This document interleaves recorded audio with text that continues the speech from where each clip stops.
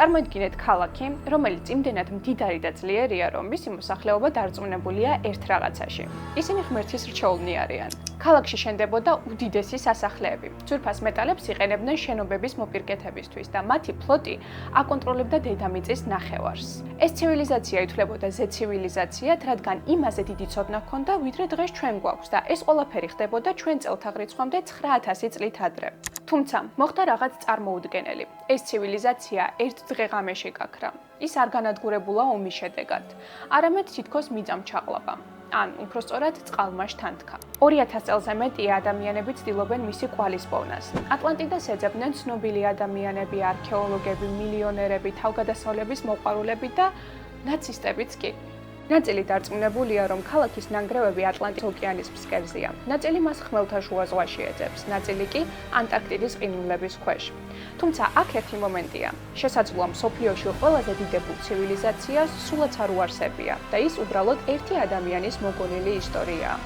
დღეს შევეცდებით გავარკვიოთ, იყო თუ არა ატლანტიდა რეალური ადგილი. თუ მის შესახებ ისტორია ყველაზე წარმატებული შეთხზული ამბავია, რომელიც დაგვაჭერეს.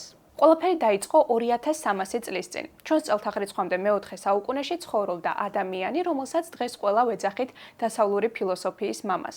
საუბარი მაქვს პლატონზე. სწორედ მან პირველმა მოუღვა მსოფლიოს ატლანტიდის შესახებ. რამდენიმე გვერდი, რომელიც ამ თემაზე დაწერა, მომავალში გახდა მსოფლიოში ერთ-ერთი ყველაზე დიდი საიდუმლოსა და არაერთი ადამიანის ცხოვრებისეული მიზნის საწყისი. ატლანტიდა ნახსენებია პლატონის ორ დიალოგში, ტიმეუსსა და კრიტიასში. მისი თქმით, ჰერკულესის სვეტების მიღმა, ასე ეძახდნენ ძველი ბერძნები გიბრალტარის სრუტეს, არსებობდა დიდი კუნძული. უბრალოდ კუნძული არა, უძლიერესი საზღვაო სახელმწიფო, რომელიც სავსე იყო ენით აღუწერელი სიმდიდრით. პლატონი ამ ცივილიზაციას მოიხსენიებდა როგორც ყველაზე დიდებულს, რასაც უარსებია დედამიწაზე. მნიშვნელოვანია ის, რომ ფილოსოფოსი ატლანტიდას იმდენად დეტალურად და კონკრეტულად აღწერს, თითქოს მასაც ენახოს და ემოგზაუროს ამ კუნძულზე. თუმცა ამბობს, რომ მის შესახებ სხვისი მონათხრობიდან იცის. ატლანტიდაზე ინფორმაცია ჰქონდათ ეგვიპტელ ქურუმებს და ეს მომენტი დაიმახსოვრეთ. ამ ეგვიპტელმა ქურუმებმა ატლანტიდაზე სოლონს უამბეს, რომელმაც თავის მხრივ ინფორმაცია შთამომავლებს გადასცა. მათგან გაიგო კრიტიასმა, რომელმაც მოუღვა პლატონს. პლატონი წერს, რომ კუნძულის ისტორია ღმერთებიდან დაიწყო. მას შემდეგ, რაც ღმერთებმა გადაინაწილეს დედამიწა, ზღვის ღმერთს პოსეიდონს შეხვდა კუნძული, რომელიც მდებარეობდა ჰერკულესის სვეტების მიღმა. როგორც უკვე ვახსენეთ, დღეს მეცნიერები ამ ადგილს უკავშირებენ გიბრალტარის სრუტეს, რადგან ის წარმოადგენს ბუნებრივ კარიბჭეს ხმელთაშუა ზღვასა და ატლანტის ოკეანეს შორის და სწორედ იქ მდებარეობდა კუნძულიც, რომელიც მომავალში ცნობილი გახდება როგორც ატლანტიდა. ამ კუნძულზე ცხოვრობდა გოგონა, სახელად კლეიტო. ლეგენდის თანახმად პოსეიდონს ის შეუყვარდა და გადაწყვიტა ცოლად მოყვანა. კლეიტოს დაცვის მიზნით მისი სახლის გარშემო ააშენა უჩვეულო ციხესიმაგრე, რომელსაც რამდენიმე შრედ მოაკრა წყალი და მიწა. მიწას ერთმანეთთან აკავშირებდა ხიდები. გემებს შეეძლოთ ამ არხების გავლით პირდაპირ ქალაქის ცენტრში შესვლა. ის ფაქტი, რომ პლატონმა ასე დეტალურად აღწერა არქიტექტურა, ხალხს იმის საფუძველს აძლევდა, რომ იგი არა გამოგონილ, არამედ რეალურად არსებულ ქალაქზე საუბრობდა. მართლაც, რატომ უნდა აღეწერა პლატონს გამოგონილი ქალაქის არქიტექტურა ასე დეტალურად? როგორც არ უნდა იყოს, კლეიტოსა და პოსეიდონს ეყოლათ 10 ვაჟი. როდესაც ისინი გაიზარდნენ, კუნძულიც ერთმანეთში გაიყვეს. უფროს ვაჟს ატლას შეხვდა ცენტრალური ნაწილი და შესაბამისად ის გახდა მმართველიც. ლეგენდის თანახმად, სწორედ მისი სახელიდან მომდინარეობს სახელი ატლანტის ოკეანეც და ატლანტიდაც. მისი მმართველობის დროს კუნძულმა დაიწყო სწრაფი განვითარება და გამდიდრება. პლატონი წერდა, რომ ადგილს ბუნებრივი რესურსი დაუჯერებლად კარგი ჰქონდა. სავსე იყო ნაყოფიერი მიწით, ხშირი ტყეებით, მინერალებითა და ცხოველებით, მათ შორის სპილოებით. ეს დეტალი დღემდე ინტერესისა და კამათის თემაა სამეცნიერო სამყაროში, რადგან თუ ატლანტიდა რეალურად მდებარეობდა ატლანტის ოკეანეში, მაშინ საიდან გაჩნდნენ იქ სპილოები? დღეს მათი ბუნებრივი საარსებო გარემო აფრიკა და აზია. კუნძულების უმეტესობაზე მათ არც არასდროს უარსებიათ. პლატონის დროს სპილოს სიმდიდრის ნიშანი იყო და შესაძლოა ამის ხაზგასმა სურდა. ან იქნებ სულაც არ არის საუბარი თანამედროვე სპილოზე და მამონტების დროინდელი პერიოდია გადმოცემული.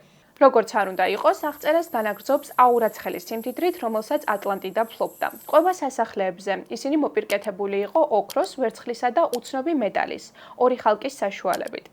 ეს უნდა ყოფილიყო ბრინჯაოს სახეობა ან რამე განსაკუთრებულად ღირებული შენადნობი. თავად პლატონი ამბობს, რომ ის ოქროს შემდეგ ყველაზე ძვირად ფასობდა. პლატონი ასევე დეტალურად აღწერს ქალაქის ცენტრში მდებარე პოსეიდონის გიგანტურ ქანდაკებას, სადაც ზღვის ღმერთი ეტლზე იდგა.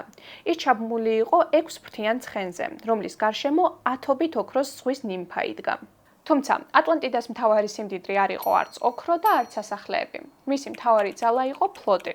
ფილოსოფოსის თქმით, ატლანტიდას ჰქონდა იმ დროის მთავარი საზღვაო ძალა, ათასობით გემი და უდიდესი არმია, რომელსაც მარტივად შეეძლო ნებისმიერი სახელმწიფოს დაპყრობა და აქედან ისტორია იღებს უკვე სრულიად სხვა სახეს. რაც უფრო ძლიერდებოდა ცივილიზაცია, მით უფრო ბოროტდებოდა მოსახლეობა. მმართველებიც ხარბდებოდნენ და უკონტროლოდ ეზრდებოდათ ამბიციები. იწყებდნენ მეზობელი ქვეყნების დაპყრობასა და დამორჩილებას და ძალიან მალე იქცნენ იმპერიად. ატლანტიდას გავლენა საკუთარ საზღვრებს ბევრად ცდებოდა. აკონტროლებდნენ არაერთ ტერიტორიასა და ერს. არმია განაგრძობდა ზრდასა და ფლოტი ყოველდღიურად ძლიერდებოდა. ერთხელაც ატლანტიდის მმართველმა გადაწყვიტა მთლიანი დედამიწის დაპყრობა. სახელმწიფო წარმატებით მიდიოდა წინ იქამდე, სანამ არ მიაღწია ათენამდე. აქ მნიშვნელოვან მომენტს ხვდებით, რადგან პლატონი აღწერს არა იმ ათენის პერიოდს, რომელშიც ის ცხოვრობდა, არამედ საუბრობს ბევრად ძველ დროზე და სახელმწიფოზე, რომელიც არსებობდა მისი დაბადებიდან ასეულობით წლის წინ. ახასიათებს მას როგორც ატლანტიდის საპირისპიროს. ისინი არ იყვნენ სიმდიდრით დაბრმავებულნი, არც ფუფუნებისკენ ილყოდნენ და არც მეზობლების დამონებისკენ. მათ მთავარი არახს დისციპლინა, სიმამაცე და სამართლიანობა წარმოადგენდა. ხო და ახლა წარმოიდგინეთ, რომ უძლიერესი ფლოტი თავს ესხმის ამ სახელმწიფოს. პლატონის თქმით, მიუხედავად იმისა, რომ მოწინააღმდეგეებს შორის განსხვავება კოლოსალური იყო, ათენმა მაინც შეძლო არა მხოლოდ თავდაცვა, არამედ მათი დამარცხებაც კი. თანამედროვე ისტორიკოსთათვის ეს მომენტი განსაკუთრებით საერთო ჟღერს, თანაც იმის გათვალისწინებით, რომ სცენარის ასეთი განვითარება ზუსტად ემთხვევა პლატონისეურ ფილოსოფიას. კეთილი სათნო მოსახლეობა ამარცხებს მდიდარ ამპარტავან იმპერიას. რაღაც ისტორიულ ქრონიკას კი არა, ზნეობრივ გაკვეთილს უფრო გავს არა? თუმცა მთელი უცნაურობა ჯერ კიდევ წინაა. ატლანტიდას დამარცხებას მოსდევს მოვლენა, რომელიც ამ ისტორიას ლეგენდად აქცევს. პლატონი წერს, რომ ომის შემდეგ დაიწყო საშინელი ბუნებრივი მოვლენები. ატლანტიდაზე გახშირდა მიწისძვრები, სანაპიროებს ფარავდა გიგანტური ტალღები. ქალაქები ინგრეოდა და ათასობით ადამიანი იღუპებოდა. ბოლოს კი მოხდა რაღაც, რასაც ვერც ერთი ცივილიზაცია ვერ გადაურჩებოდა. დიალოგ ტიმეელში ფილოსოფოსი წერს, რომ ატლანტიდა ერთ დღე-ღამეში გაქრა. ის ზღვამშთან დგა. წარმოიდგინეთ კატასტროფის მასშტაბი. ერთი სოფელი ქალაქი ან პატარა სახელმწიფო კი არ გაქრა, არამედ მთლიანი ცივილიზაცია, მილიონობით ადამიანი, უდიდესი ფლოტი, არმია, ტაძრები, სასახლეები და თანაც ერთ დღეში. სწორედ ეს ფრაზა გახდება იმის მიზეზი, რის გამოც მომავალი 2000 წელი ადამიანები შეეცდებიან ოკეანის ფსკერზე განადგურებული ცივილიზაციის პოვნას. თუმცა, აქ ჩდება კითხვა. და იქნებ ატლანტიდას არც არასდროს უარსებია. იქნებ ის უბრალოდ ფილოსოფიური იგავის ნაწილია. მაგრამ მაშინ რა თუნდოდა პლატონს ამდენი დეტალის ხსენება? კარგი, სპილოებს და მსგავს დეტალებს რომ არ მივაქციოთ ყურადღება, მაინც არის ერთი ისეთი მომენტი, რომელიც ყველაფერს ცვლის და არახელსაყრელია მათთვის, ვისაც რეალურად სჯერა ატლანტიდის არსებობის. ამ კუნძულზე ჩვენ ინფორმაცია გვაქვს მხოლოდ ერთი ადამიანისგან, პლატონისგან. ანუ, ერთ დროს ყველაზე დიდებულ და ძლიერ სახელმწიფოზე წერს მხოლოდ ერთი ფილოსოფოსი. არც ერთ იმდროინდელ მწერალთან არ ისტორიკოსთან არ გვხვდება ატლანტიდა როგორც რეალური ადგილი. არც ეგვიპტურ წყაროებში გვხვდება, რომელსაც თავად პლატონი ამბობდა, რომ ეყრდნობოდა. ამიტომ თუ ატლანტიდა მართლაც უდიდესი საზღვაო სახელმწიფო იყო, თუ ის აკონტროლებდა ტერიტორიებს და აჩაღებდა ომებს, თუ გიბრალტარის მიღმა არსებობდა, მაშინ ლოგიკურია, რომ რაღაც კვალი უნდა დაეტოვებინა. ჩანაწერები, ლეგენდები, არქეოლოგიური დასტური. მაგრამ არაფერი არ გვაქვს. კიდევ ერთი პრობლემა მასშტაბია. ატლანტიდას ფართობი, როგორც ამას პლატონი გვეუბნება, ზედმეტად დიდი, სიმბოლური და უცნაურია. რის გამოც ისტორიკოსთა ნაწილი მიიჩნევს, რომ საუბარი არ იყო გეოგრაფიაზე, არამედ იყო ფილოსოფიაზე. პლატონი მსოფლიო რუკას კი არ გვეხატავდა, არამედ საზოგადოების მოდელს. პლატონის დიალოგში, განსაკუთრებით ტიმეოსა და კრიტიაში, ყურადღება მახვილდება იმაზე, რომ ატლანტიდა ათენის თითქმის იდეალური კონტრპუნქტია. ერთ მხარეს სიმდიდრე, ძალაუფლება, სიამაყე და ფუფუნება, მეორე მხარეს კი დისციპლინა, სამართლიანობა და ზომიერება. შესაბამისად, დასასრული მარტივად პროგნოზირებადია. კეთილი ამარცხებს ბოროტს. ამიტომ ისტორიკოსთა ნაწილისთვის ეს უფრო ფილოსოფიური იგავია და არა რეალური კუნძულის ქრონიკა. კიდევ ერთი საგულისხმო მომენტი ის არის, რომ კრიტიასი არ არის დასრულებული. ის შუაშია გაწყვეტილი, გეგონება მას გაგრძელება არც უნდა ჰქონოდა. აქედან გამომდინარე, მკვლევართა ერთი ნაწილი მიიჩნევს, რომ ატლანტიდა არ არის რეალური ადგილი. ის იყო ლიტერატურული ინსტრუმენტი, რომელიც პლატონმა გამოიყენა იმისთვის, რომ აჩვენებინა რა ემართება ისეთ სახელმწიფოებს, რომელთა მმართველები ხარბდებიან და ამბიციები უკონტროლოდ ეზრდებათ. მაგრამ მაშინ რატომ გაუძლო ამ ლეგენდამ ამდენ წელს და რატომ ეძებენ ატლანტიდას დღემდე ოკეანის ფსკერზე? მე-20 საუკუნეში მეცნიერებმა ყურადღება მიაქციეს ერთ მოვლენას, რომელმაც სრულიად სხვაგვარად დაგვანახა ატლანტიდის არსებობა-არარსებობის საკითხი. პლატონის დაბადებამდე ხმელთაშუა ზღვაში მართლაც მოხდა დაუჯერებელი მასშტაბის კატასტროფა. საუბარი მაქვს სანტორინიზე. დღეს ეს ადგილი საბერძნეთის ერთ-ერთ ყველაზე ლამაზ ადგილად ითვლება. ჩემი აზრით კი მსოფლიოს ერთ-ერთი ულამაზესი ადგილია. თეთრი სახლები, ცისფერი გუმბათები, საოცარი დაისები. ეს პატარა კუნძული წელიწადში მილიონობით ტურისტს მასპინძლობს. თუმცა, რამდენიმე ასეული წლის წინ ის სრულიად სხვაგვარად გამოიყურებოდა. ცენტრში ვულკანი იღვიძებდა. თუმცა, სანამ ვულკანი ამოიფრქვეოდა, ეგეოსის ზღვაში ბრინჯაოს ხანის ერთ-ერთი ყველაზე განვითარებული კულტურა ყვაოდა, რომელსაც დღეს მინოსურ ცივილიზაციას უწოდებთ. მისი ქალაქები იმ დროისთვის სხვებთან შედარებით ბევრად განვითარებულად ითვლებოდა. აშენებდნენ მრავალსართულიან შენობებს, იყენებდნენ წყალმომარაგების რთულ სისტემებს, ვაჭრობდნენ ხმელთაშუა ზღვის სხვადასხვა ხალხთან, ქმნიდნენ ხელოვნების ნიმუშებს, რომლებიც დღემდე აკურვებს სამყაროს. ზოგიერთი მეცნიერი მათ თავისი დროის ერთ-ერთ ყველაზე განვითარებულ ცივილიზაციადაც მიიჩნევს. და აი, ჩვენს წელთაღრიცხვამდე მე-16 საუკუნეში ვულკანმა დაიწყო გაღვიძება. ჯერ მცირე მიწისძვრებით, რომელიც ნელ-ნელა სულ უფრო და უფრო გაძლიერდა. ამას მოჰყვა აფეთქებები და კატასტროფა, რომელიც დღემდე კაცობრიობის ისტორიაში ყველაზე დამანგრეველ ვულკანურ ამოფრქვევად ითვლება. ის იმდენად ძლიერი იყო, რომ ხმა ასობით კილომეტრის მოშორებითაც გაისმა. ცა ადამიანზე გიგანტურმა ფერფლის მასამ დაფარა. მეზობელ კუნძულებზე გავარვარებული კენჭები ცვიოდა. გონიათ ცეცხლმა ყველაფერი გაანადგურა და ამით კატასტროფა დასრულდა? არა. ზღვამ დაიწყო მოძრაობა და წარმოიქმნა უმაღლესი ტალღები, რომელთა სიმაღლე თანამედროვე მეცნიერთა აზრით 10 მეტრს აღწევდა.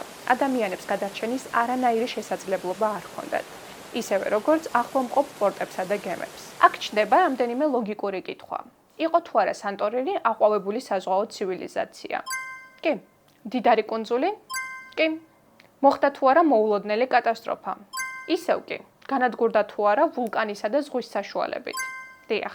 სანტორინი მთლად არ ჯდება პლატონისეულ აღწერაში, თუმცა არსებობს მოსაზრება, რომ ლეგენდა სწორედ აქედან წამოვიდა. მე-19 საუკუნის ბოლოსთვის ადამიანების უმეტესობა ატლანტიდას მიიჩნევდა ლამაზ ლეგენდად და არა რეალურ ადგილად. თითქოს უკვე გადაწყვეტილი იყო ეს საკითხი და სამუდამოდ უნდა დარჩენილიყო გამოგონილი ისტორიის ნაწილად. თუმცა ამ დროს გამოჩნდა კაცი, რომელმაც ყველაფერი სამუდამოდ შეცვალა. მისი სახელი იყო იგნატიუს ლოიოლა დონელი. ამერიკელი პოლიტიკოსი, მწერალი და უბრალოდ ადამიანი წარმოუდგენელი წარმოსახვის უნარით. 1882 წელს მან დაწერა წიგნი „ატლანტიდა, წაღვნამდელი სამყარო“, რომლის შემდეგაც ატლანტიდას მიმართ ყურადღება რეკორდულად გაიზარდა. დონელიმ წამოაყენა ჰიპოთეზა. იქნებ პლატონის სიმართლეს ამბობდა და ატლანტიდა რეალურად არსებობდა. ამაზეც არ გაჩერდა და დაამატა ის, რომ ატლანტიდა რეალური ადგილი კი არ იყო, არამედ ცივილიზაციის საწყისი. ამტკიცებდა, რომ ცოდნა სწორედ იქიდან გავრცელდა ეგვიპტეში, მაიას ტომებსა და სხვა უძველეს ადამიანებში. პირამიდები ატლანტიდის მემკვიდრეობაა. უჩვეულო არქიტექტურული შედევრები, ესეც ატლანტიდის მემკვიდრეობაა. და რეალურად რომ დავფიქრდეთ, საიდან გაჩნდა ერთმანეთის მსგავსი კონსტრუქციები? საუბარი მაქვს პირამიდებზე, რომლებიც გვხვდება სხვადასხვა კონტინენტებზე, ერთმანეთისგან ათასობით კილომეტრით დაშორებულ ადგილებში. ისინი აშენდა ეგვიპტეში, ცენტრალურ ამერიკაში, მაიას ტომებსა და აცტეკებში, სუდანში, პერუში, ჩინეთსა და ინდონეზიაში.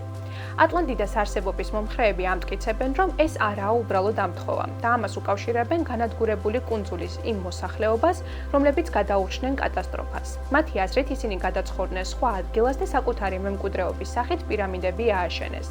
ასევე სწორედ ისინი ასწავლიდნენ სხვა ხალხს ასტრონომიას, ინჟინერიასა და გიგანტური შენობების შენებას. რადგან შეგახსენებთ, რომ ეს კუნძული მართლაც წარმოუდგენელი არქიტექტურითა და ცოდნით ხასიათდებოდა.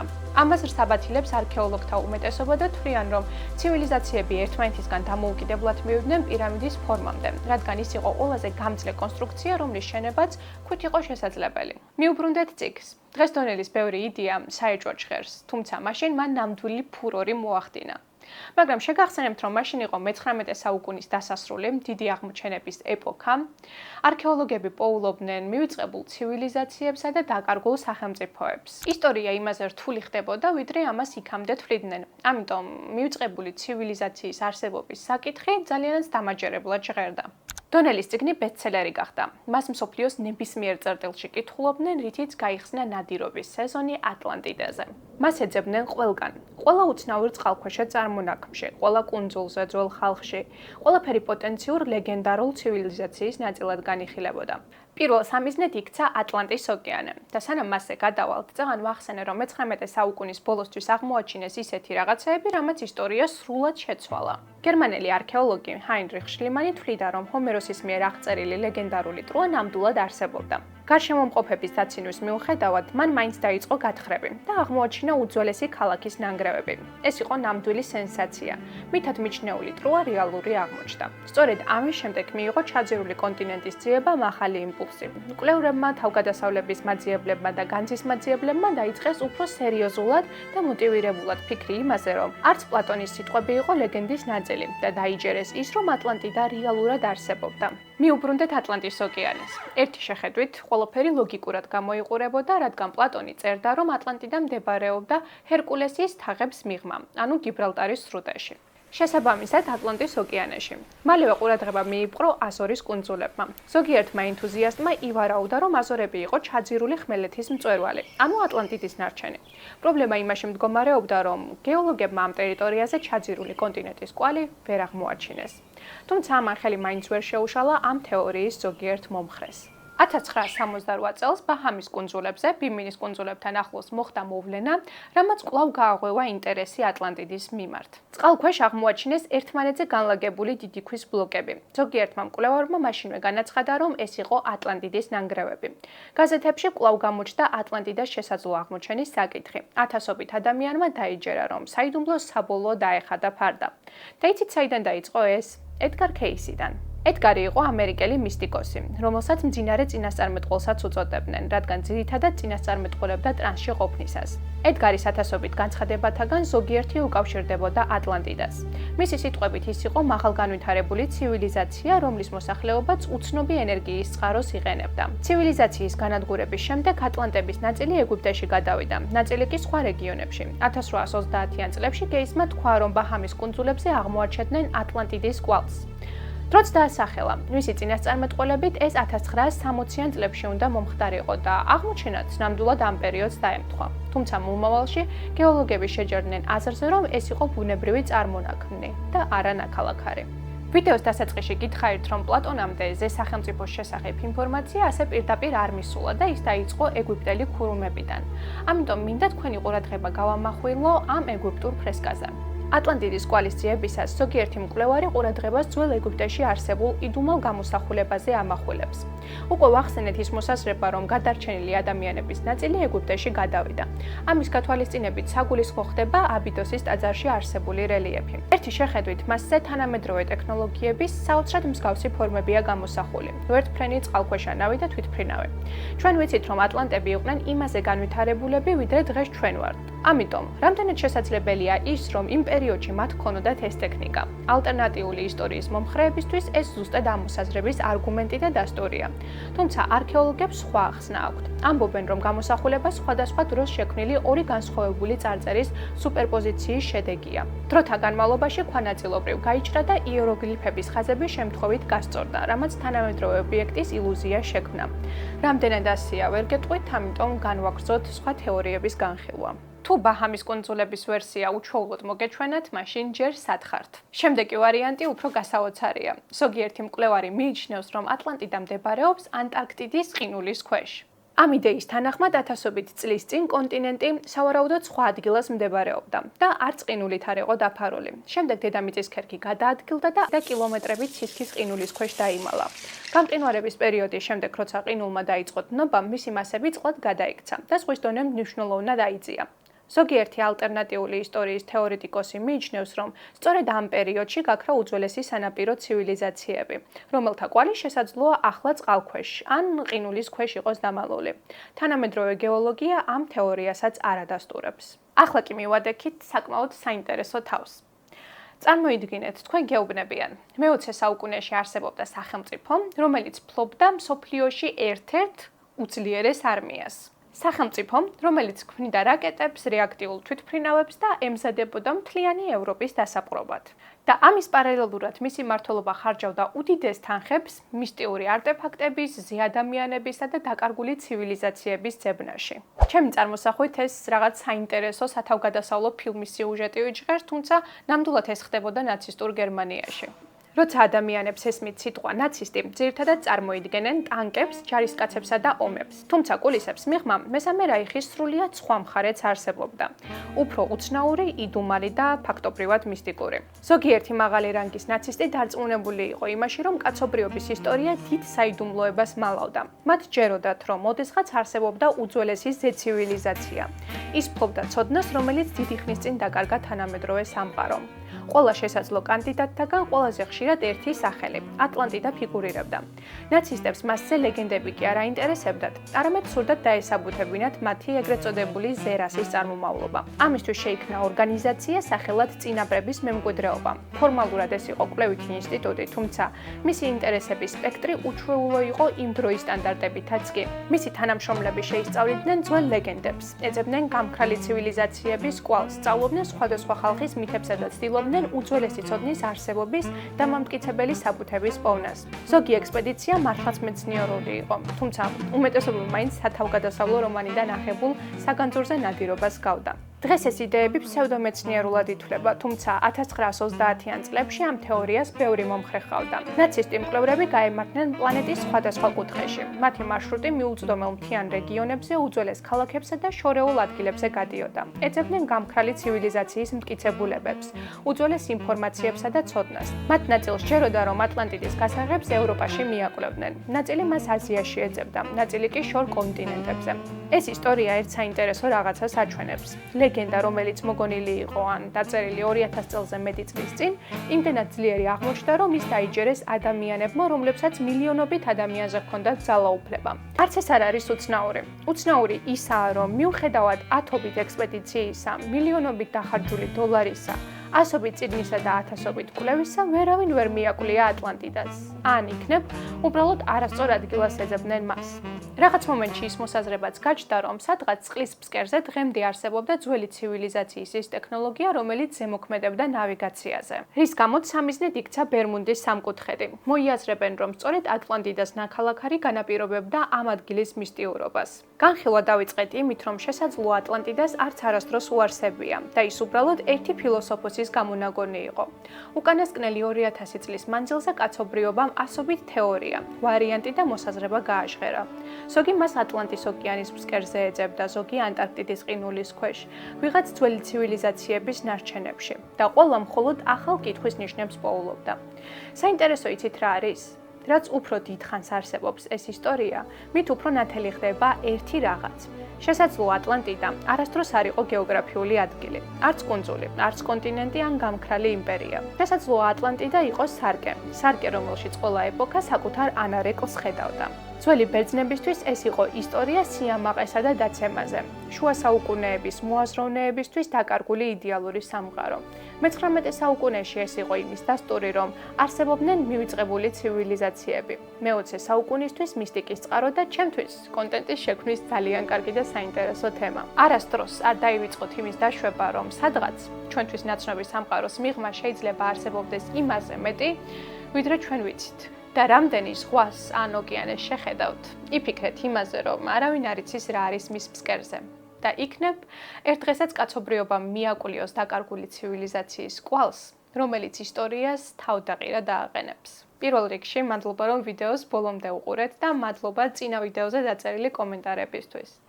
და აქაც უნდა გთხოვოთ, რომ მოიწონოთ ჩემი ვიდეო, გამომიწეროთ და დამიტოვოთ რაიმე სახის კომენტარი, იმიტომ რომ ეს ყველაზე მეტად მეხმარება, მართლა. დროებით.